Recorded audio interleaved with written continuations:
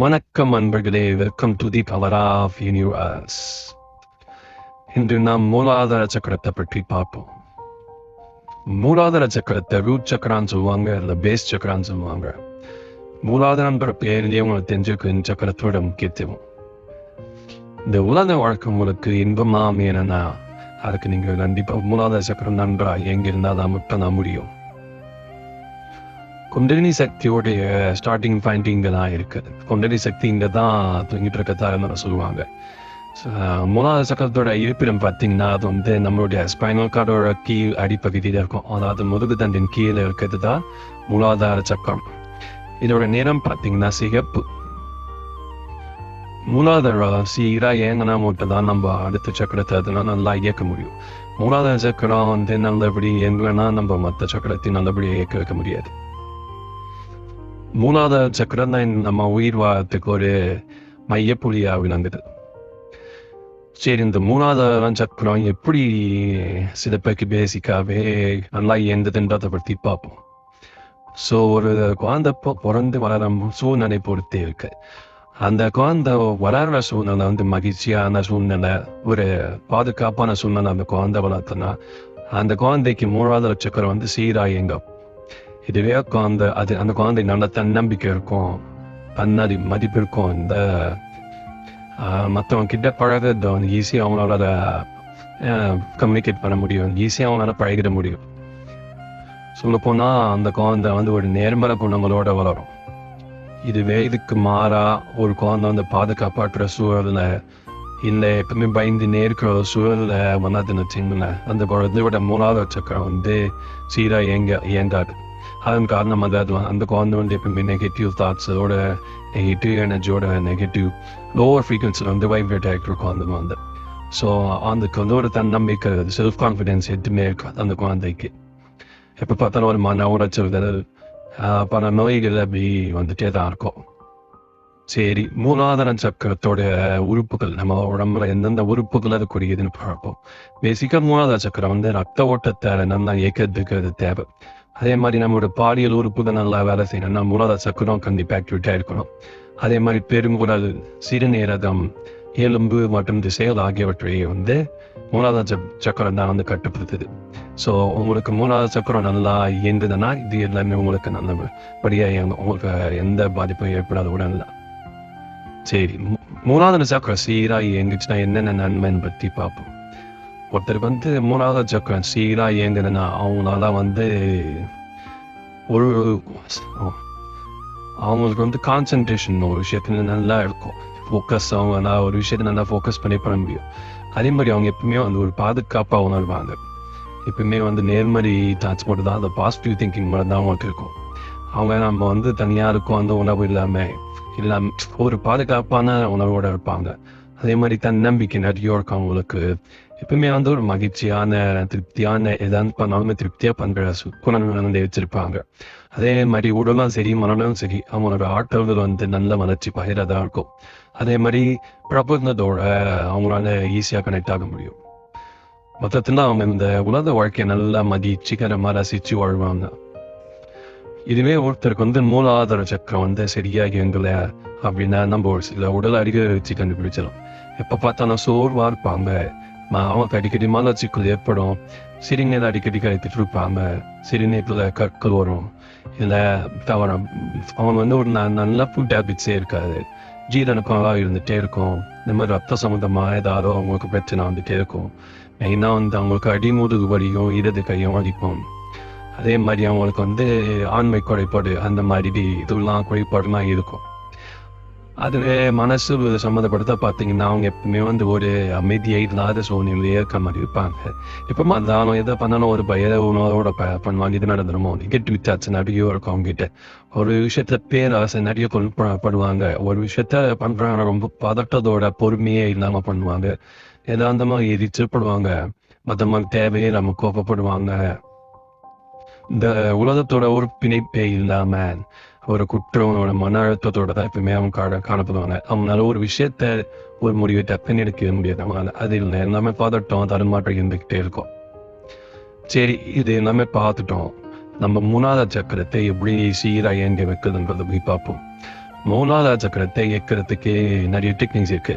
அதாவது ஃபர்ஸ்ட் வந்து நீங்க மூலாதார சக்கர தோன்றத யோகாசனத்தை பண்ணலாம், இல்லை கிறிஸ்டல்ஸ் யூஸ் பண்ணி, இல்லை எசென்சியல் ஆயில்ஸ், இல்லை அஃபர்மேஷன் யூஸ் பண்ணி, food habits good food habits use பண்ணி பண்ணலாம். அது நிறைய பொது விதிகளாக இருக்கும். சரி, என்னென்ன இது உண்டு நம்ம பார்ப்போம். நீங்கள் யோகாசனம் பண்ண விரும்புறீங்கன்னா மூலாதார சக்கரத்தை தூண்டுற யோகாசனம் முதன்மையான யோகாசனம் பார்த்தீங்கன்னா பத்மாசனம். டெய்லியும் ஒரு 5 to 10 minutes பத்மாசனத்தில் உபரமானது. ஃபஸ்ட்டு டைம் பத்மாசனம் பண்ண முடியாது.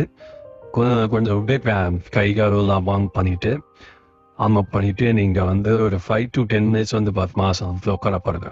இந்த யோகாசனம் நீங்கள் டெய்லியும் பண்ண ஆரம்பிச்சிங்கன்னாவே உங்களோட ரூட் சக்கர, அதாவது மூலாதாரம் வந்து நல்லா இயங்க ஆரம்பிச்சிடும். இதில் நல்லா நிறைய ஆசனம் நிறைய இருக்குது. கொஞ்சம் கஷ்டமாக இருக்கும்.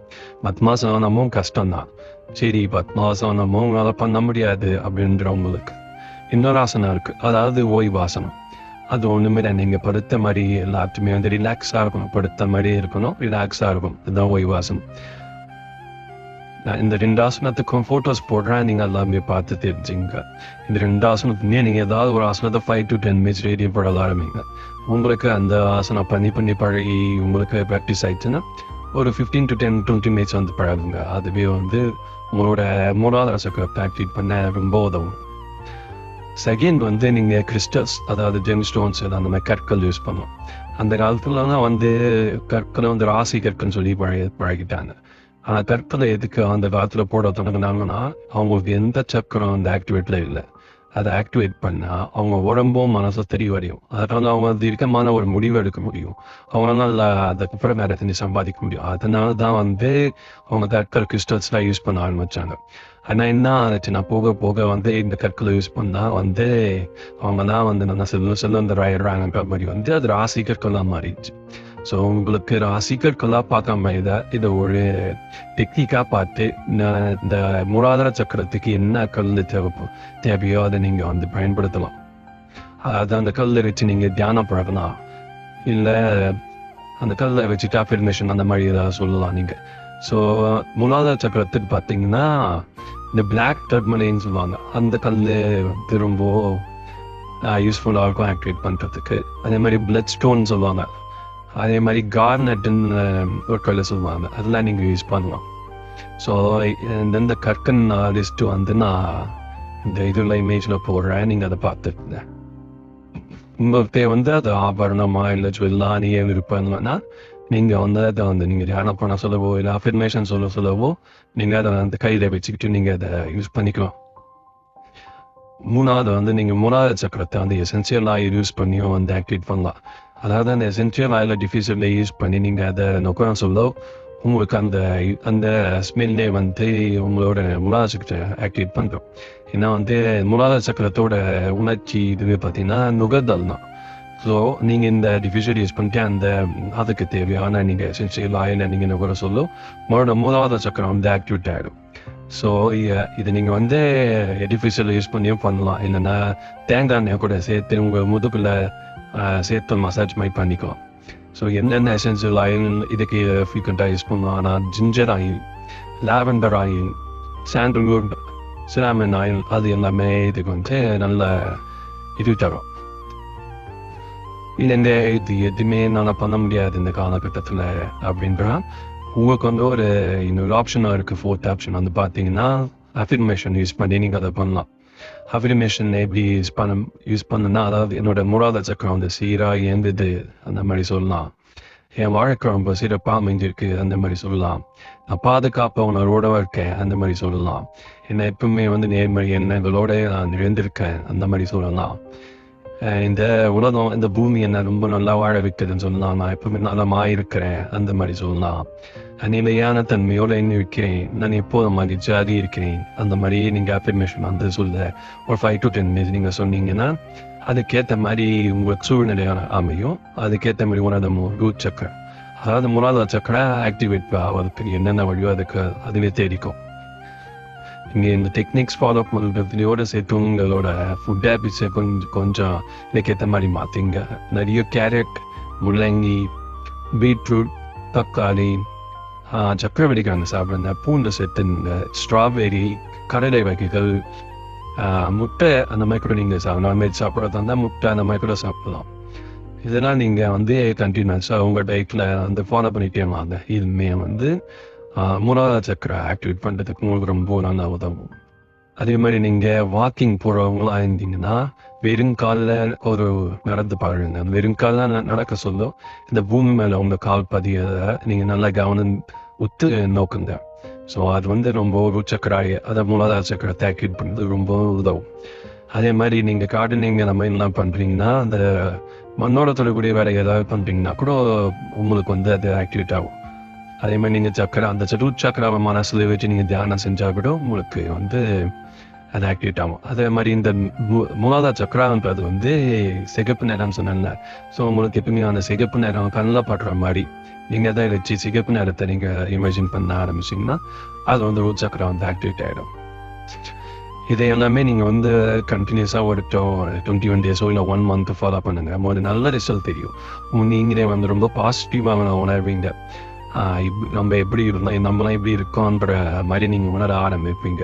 ஏன்னா இந்த பூமியில் வாழறதுக்கு முக்கியமாக இந்த ரூட் சக்கரா நீங்கள் கண்டிப்பாக ஆக்டிவேட் பண்ணி இருக்கணும். இந்த ரூட் சக்கரா நீங்கள் ஆக்டிவேட் பண்ணனா உங்களுக்கு எப்பவுமே வந்து நெகட்டிவ் தாட்ஸ் மட்டும் தான் இருக்கும். நெகட்டிவ் தாட்ஸ் வந்துட்டாவே உங்களுக்கு உடலாலும் சரி மனதாலும் சரி நிம்மதி இருக்காது, ஒரு ஆரோக்கியம் இருக்காது. ஸோ அநேகமே இந்த ரூட் சக்கராவை எப்படிலாம் ஆக்டிவேட் செய்யலாம், சொன்ன டெக்னிக்கில் ஏதாவது ஒன்று ஃபாலோ பண்ணி இந்த ரூட் சக்கராவை மூலாதார சக்கரத்தை ஆக்டிவேட் பண்ணி மகிழ்ச்சியான வாழ்க்கையை வாழுங்க. உங்களுக்கு இந்த காணொலி பிடிச்சிருந்துச்சுன்னா கமெண்ட் பண்ணுங்க. மேலும் அடுத்த சக்கரத்தை பற்றி தெரிஞ்சுக்க யூடியூப்ல இந்த வீடியோவை ஷேர் பண்ணுங்க, லைக் பண்ணுங்க, சப்ஸ்கிரைப் பண்ணுங்க.